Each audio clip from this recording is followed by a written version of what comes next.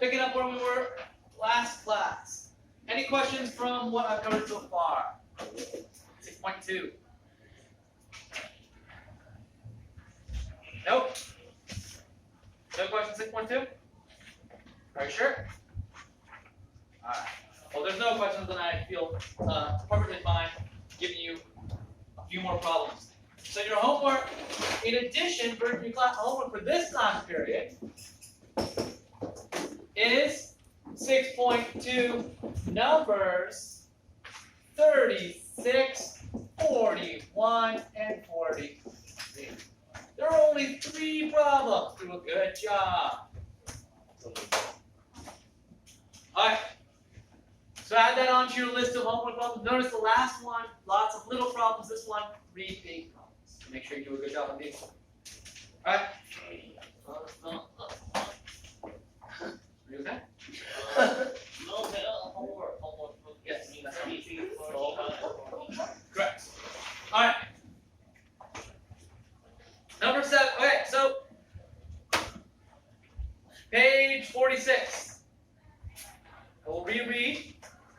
A function of the form y equals a times e to the rx is called a natural base exponential function. When r is greater than 0, it is a growth function. And when r is less than 0, the function is a decay. And here are your 2 basic functions here, right? So the base functions, growth and decay. Alright, so determine whether each function represents exponential growth or decay, then graph each function. Alright, A. We have 3 times e to the x. Is this growth or decay? Hope you all can tell right away. Growth. Okay, very good. This is growth. Now, while the projector warms up, let's answer the domain and range question and the aspect. Domain? What is the domain? Domain is mean x. Yeah, but what is it? Domain negative infinity and infinity. Very good. The domain is negative infinity to infinity, all numbers, right? Yeah. I can take anything and take 3 times e to any power I want. Yeah. Good? What is a range? 0 to infinity. Very good. Leo, can you please let somebody else answer? Okay. Yeah. Sherry wants to answer the next one. No. Sherry, what does the word asymptote mean? What is asymptote?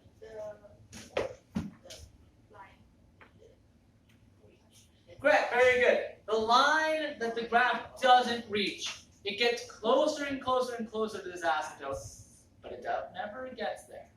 Right? Alright. So, what is the asymptote for this graph? Well, maybe it'll help if I graph it first. So first let me graph it, and then I'll tell you the asymptote. Oh, I'm hearing some people who think they know it. Okay, so you can quickly go ahead and graph this. 3 times e to the x. 3 times e to the x. So simple. Oh, ooh, create a slider for e. Oh no, what did I do wrong? It gave me an error. It told me to create a slider for it. Oh, I used the letter E. Control E to the X. Oh, no, it's not that control. That's it, E to the X. Boom. Now you can. Okay? Ricky? Not Ricky. Sorry. Jerry? With me? Okay? So we get this graph here. Sorry for it not. Doesn't it not look quite right? Because it's messed up here. I don't want this. Forward. Zoom in a little bit. Can you guys still see it fine? Ah, there it is. There, make it a little bigger for you so you can see better. So, here we go. You got this graph. Our asymptote is right here, right? At, and a lot of you already said, y equals 0. So our asymptote is y equals So there's our graph, y equals 0. When graphing these, make sure that you graph. When you're graphing this by hand, choose a few key points, like the y-intercept. Use the asymptote. Draw it so it gets closer to the asymptote but doesn't cross it. Never cross your asymptote here. Your y-intercept is 3. And then I plug in one more point, maybe 1 here, and see to give yourself a curve. Maybe plug in like -1 or -2. You can do a trace to quickly see a few decimals, a few spots, right? And then just draw that. Alright, we should be pretty good at moving a graph from our graphing calculator to the paper, right? By now. Question?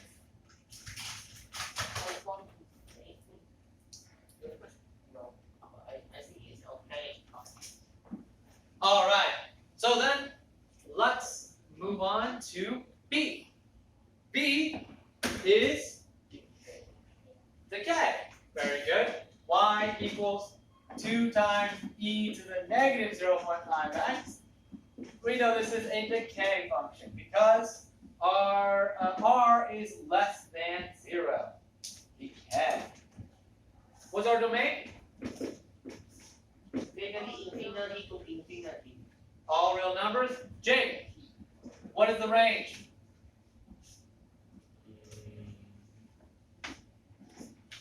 Wait the second one.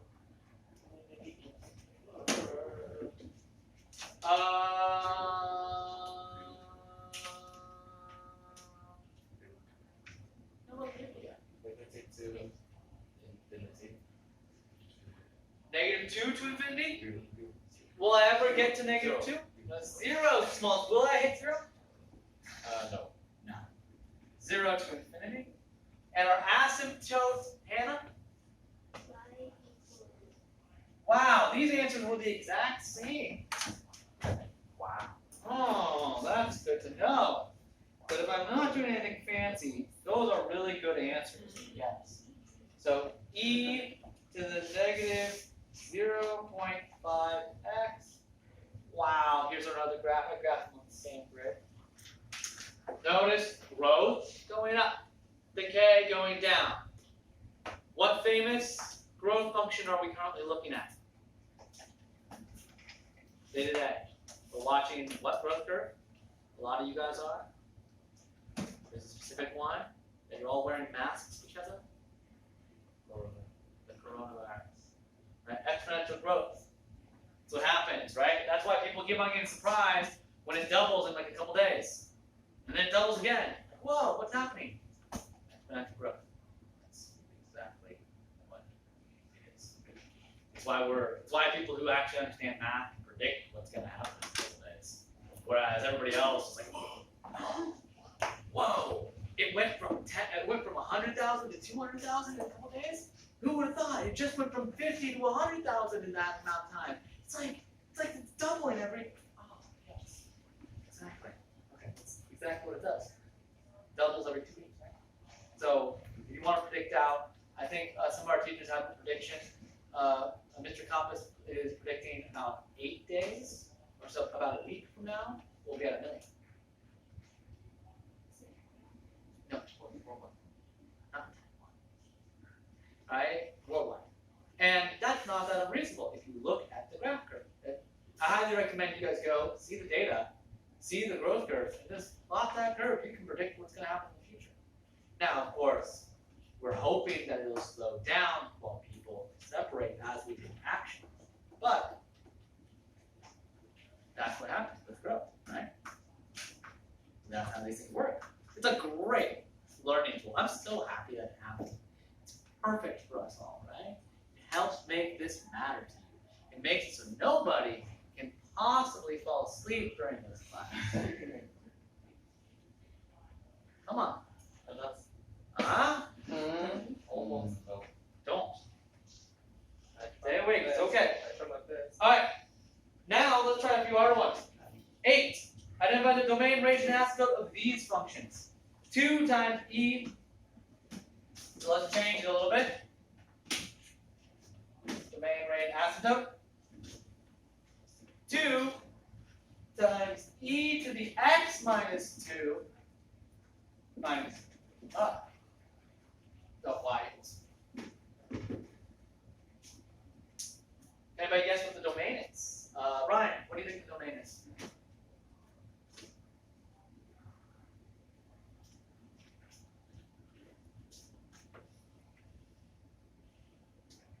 Take a guess, can't hurt. Jake, please guess on the range. Josh, please guess on the asymptote. All that.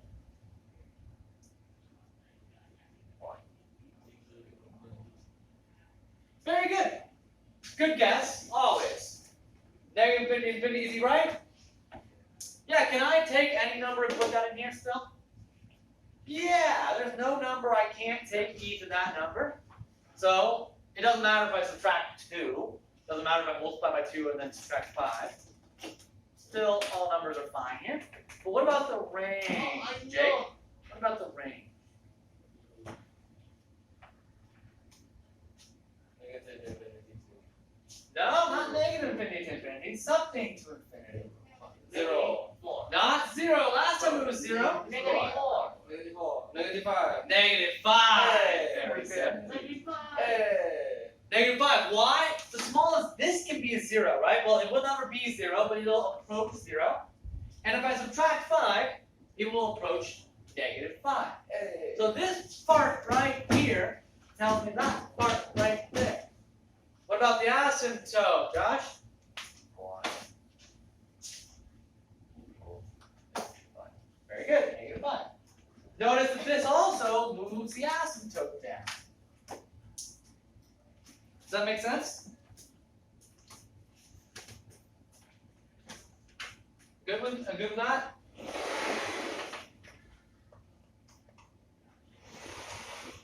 Any questions? All right.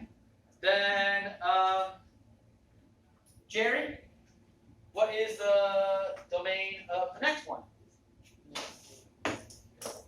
Very good. Ricky, what is the range? 3 to infinity. And the asymptote, Kyle? Y equals 3. And for e equals, y equals e to the x minus, negative x plus 3.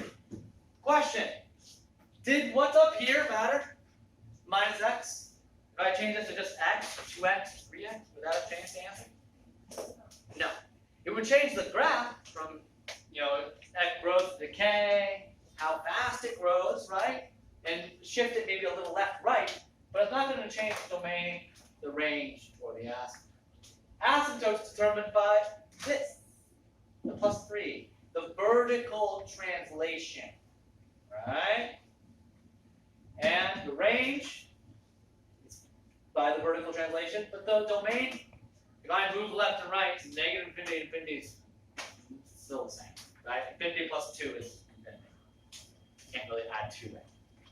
Okay, any other questions? Any questions on that? Make sense? Okay. C, continuously compounded interest.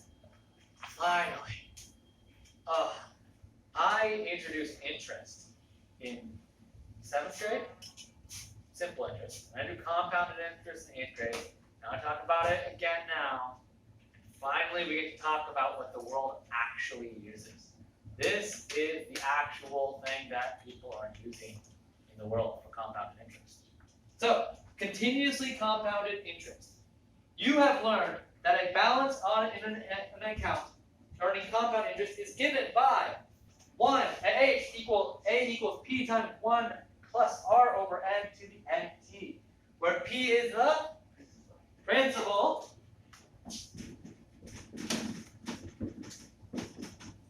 where R is the annual interest rate,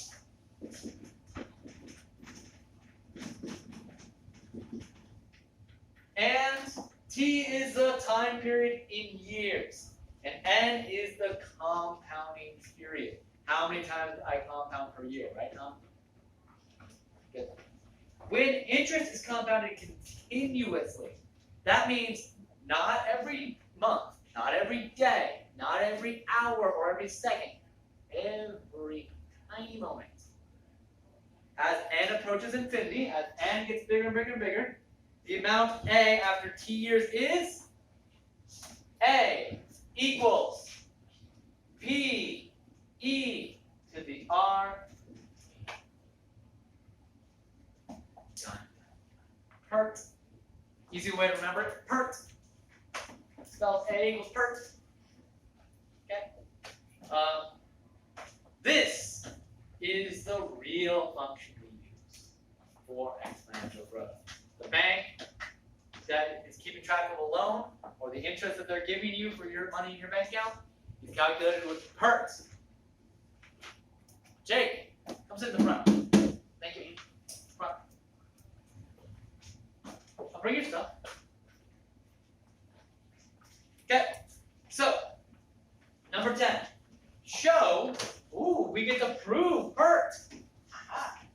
Okay, prove show that A equals P times 1 plus R over N to the NT simplifies to P equals E to the RT when T approaches infinity. Start by letting X equal NT. So we're going to prove this. Well, we're going to start by doing what they said to do. Let X equal N over R.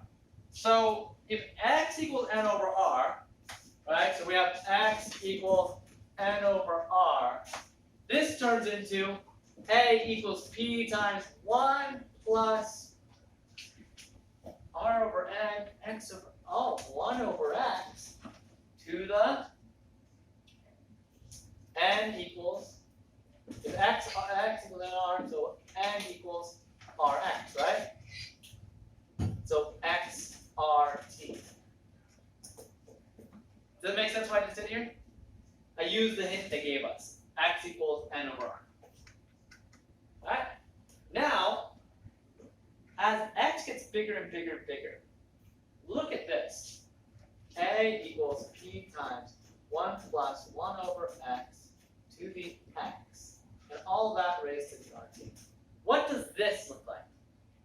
Go back to page 45. Remember, we said that 1 plus 1 over X to the X approaches E as this gets bigger and bigger and bigger. So as X goes to infinity, as this gets bigger and bigger and bigger, A will that will equal E. You see how I do that? That's because in page 45 there, page 45 there, we showed that 1 plus 1 over X to the X, the limit as X goes to infinity of this is E. I know we haven't really covered limits in this class. Maybe we'll learn that next year. But that's a formal way to write out what I just wrote. As this X gets bigger and bigger and bigger, it goes to E. So as this gets bigger and bigger, it'll turn to E. So the A is named P-E-R-T. You can write it one like that. Yeah, it helps when you're actually doing something. It helps you get away. Okay. Any other questions? No, I think. No. Alright, so moving on. Number 11. Alright, now let's compare these different interest calculation methods. So, you deposit $5,000 into an account that pays 5.5% annual interest. What is the balance in the account after 8 years, assuming that interest is compounded as follows? A. What's our formula for A going to be? Compounded yearly. Our amount is going to be 5,000 times 1 plus our interest rate 0.05 25 0.55 over 1 to the t times 1 1. That's going to go away.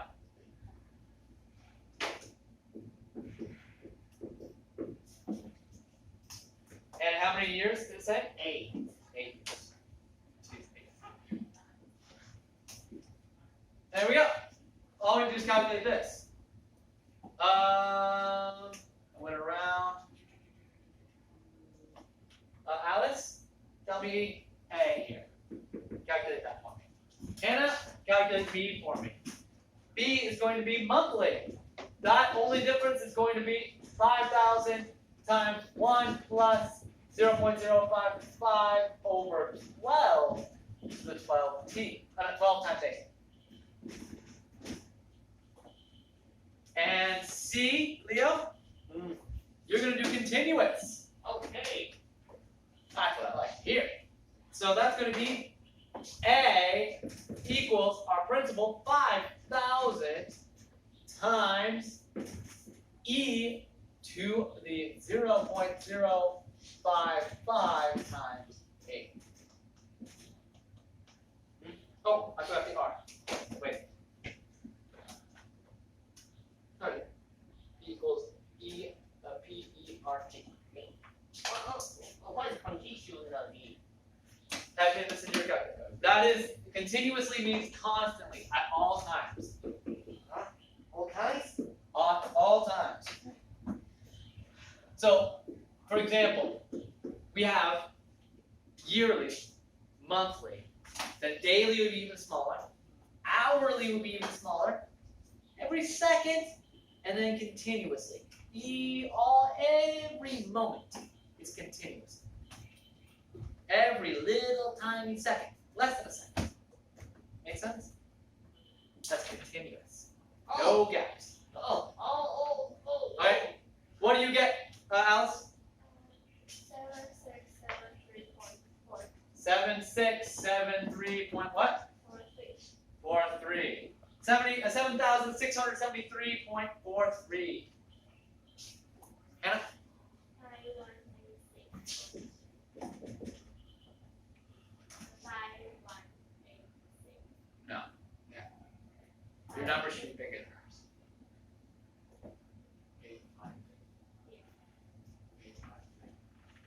Anybody else? What'd you get? Kyle?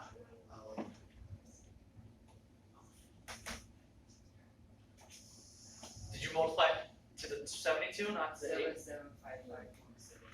7755 point what? 74. This sounds realistic. And Leo, what'd you get here? 7733.634. 7763 point what? 54. Notice how they're getting bigger, but just a little bit bigger, right? And once a year, you're pretty close to accurate. Once a month, you're getting pretty close to accurate. You're almost there. And then every little second, P equals E to the RT, is perfectly accurate. This is the best. And you get a little bit more money for just changing how you do your math. So on, we become what have to. All. I will tell you on the test.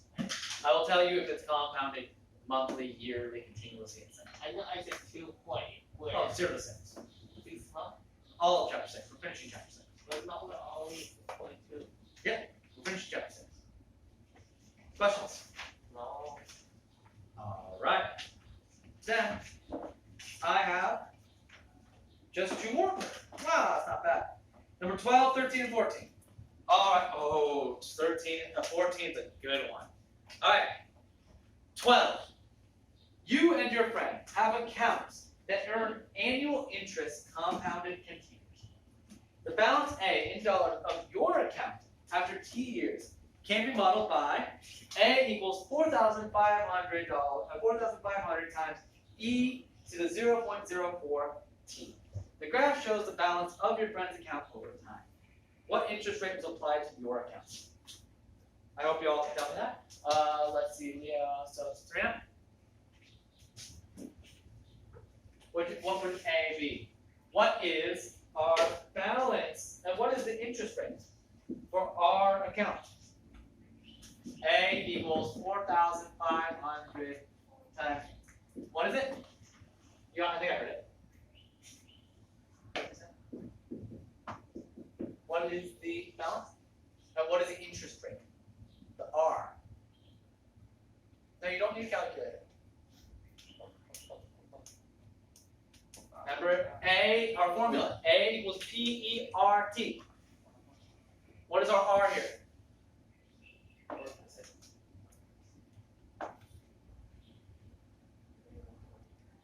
0.04, or as a percentage, 4%. So A is just asking me what that number is, 4%. What account has the greater principal? Okay, well, what is your principal? Sherry, your principal? What is your principal? What's the principal of yours? Very good, $4,500. And Tom, what is your friend's? What is your friend's principal? Look at the graph. This is the friend's money. How much money did your friend start with? 4,000. 4,000. So who has the greater principal? You do. You started with more money. Woohoo. Who has the greater balance after 10 years? Alright, well, to find out yours, just plug in 10 for T. So you get 4,500 times e to the 0.04 times 10. That's yours. You. And your friend, how can we tell how much money your friend has after 10 years? Okay. Look at the graph, go to 10, and go up. It looks like 7,200?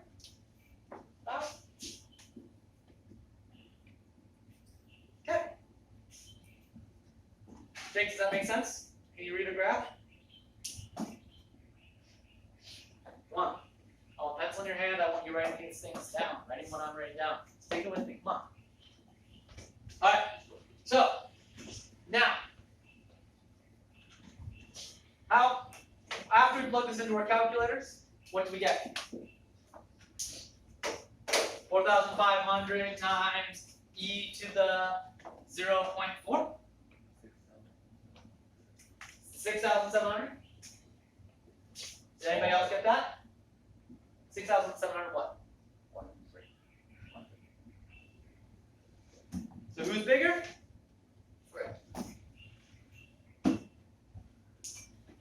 All right. So there we go.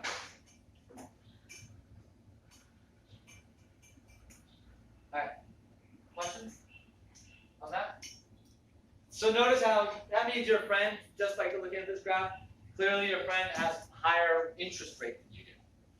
So you want to figure out what your friend's using for their bank account. Put their money in there, your money in there instead. Question? Comments? Problem's not that hard if you understand. 13.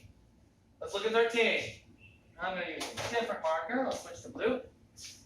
Got enough of green. 13. In 2006, you invested money in an account that paid. When were you guys born? 2004. Okay.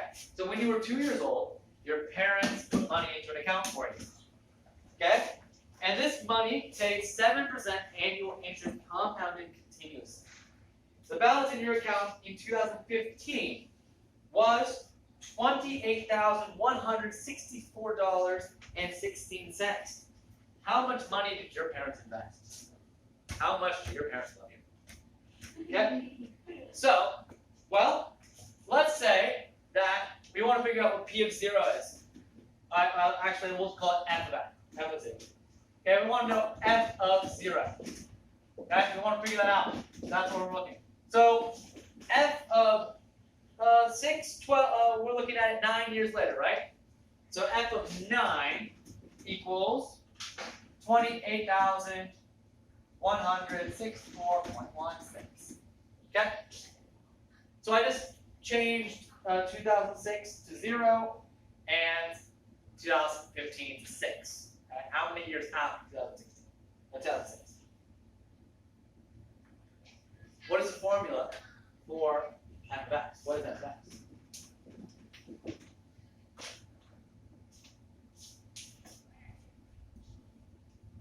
we don't know, the amount they started with, some number P, times E, and R is 0.7 P.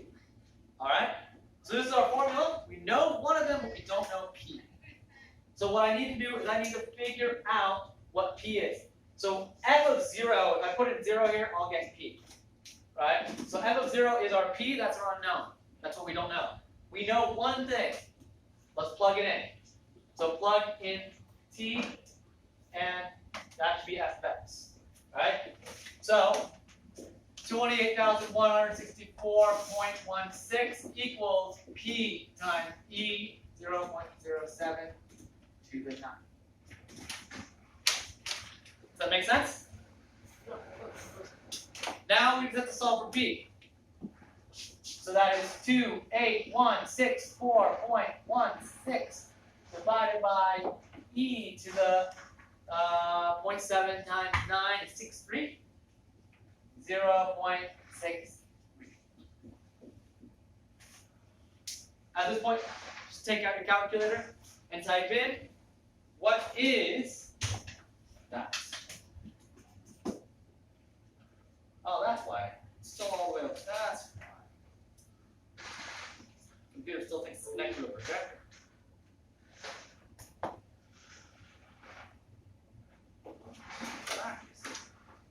All these three hard. Oh no, it's just algebra. You can do it. I know. So now, at this point, we just type that into our calculator. Go 28,164.16 divided by E, not the letter E, E, the number E. E to the 0.63. And I get, oh wow, perfect number. Well, I know. 15,000. 15,000. That means your parents love you $15,000. When you were 2 years old, they invested $15,000. Now it is $28,000. Well, I know. I'm sorry, parents only think you're worth 45 US dollars. It's called PRT. Any other questions? PRT. It's PRT. Yes, PERT. Important. I want to memorize. Yes, very important. Alright. That's it? Oh wait, no, I've got one more. Yeah, one more. Ready? Number 14. Ooh. This hits the hearts of all people very close. Okay.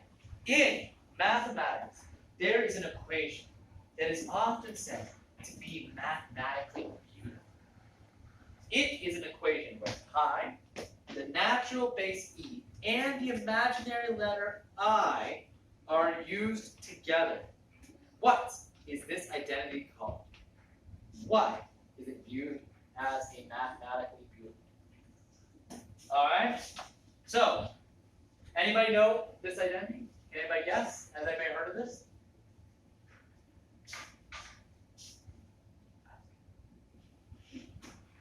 It's named after a person. Newton. No, a person we talked about today. Tesla. Euler. Euler's identity. Euler's identity.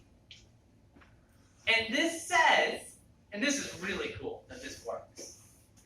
E to the I pi plus 1 equals.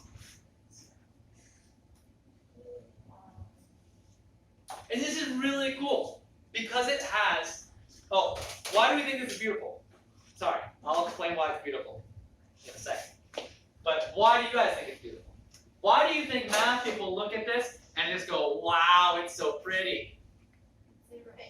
Okay, it's got 0. Math people like 0. So many of our equations are set to 0, right? We like 0. Very good. Right? Set to 0, we like 0. We like 0. Right? We oftentimes, when we're solving problems like, quadratic, we do something, then something equals 0. We like 0. 0 is a nice number. Kind of a perfect number. It also has E E is a special number. It also has I, pi, and 1. It has 5 what are called fundamental constants. Okay? These are fundamental constants are like the basic numbers, right? Like the most like important numbers in math. 0 and 1 are the ones you learn very young, right? 0 and 1 are very important numbers. And I, we've been talking about a lot this year. Pi you have known from before, also important. And E is the new one. All these numbers come together to make this beautiful little thing. Alright, so we have 5 fundamental constants and only 3 basic functions, each use once. Exponential, multiplication, and addition. Right? So exponents, multiplication, and addition used once each to help come together and make 0. Notice there's no subtraction, no division, because those are just multiplication and addition factors. Alright, so this is Euler's identity. You will talk about this a lot in college. It's kind of a cool thing, and it's really just like the symbol of beauty in math. Alright, so write it down. I will expect you all to know Euler's identity. I will expect you all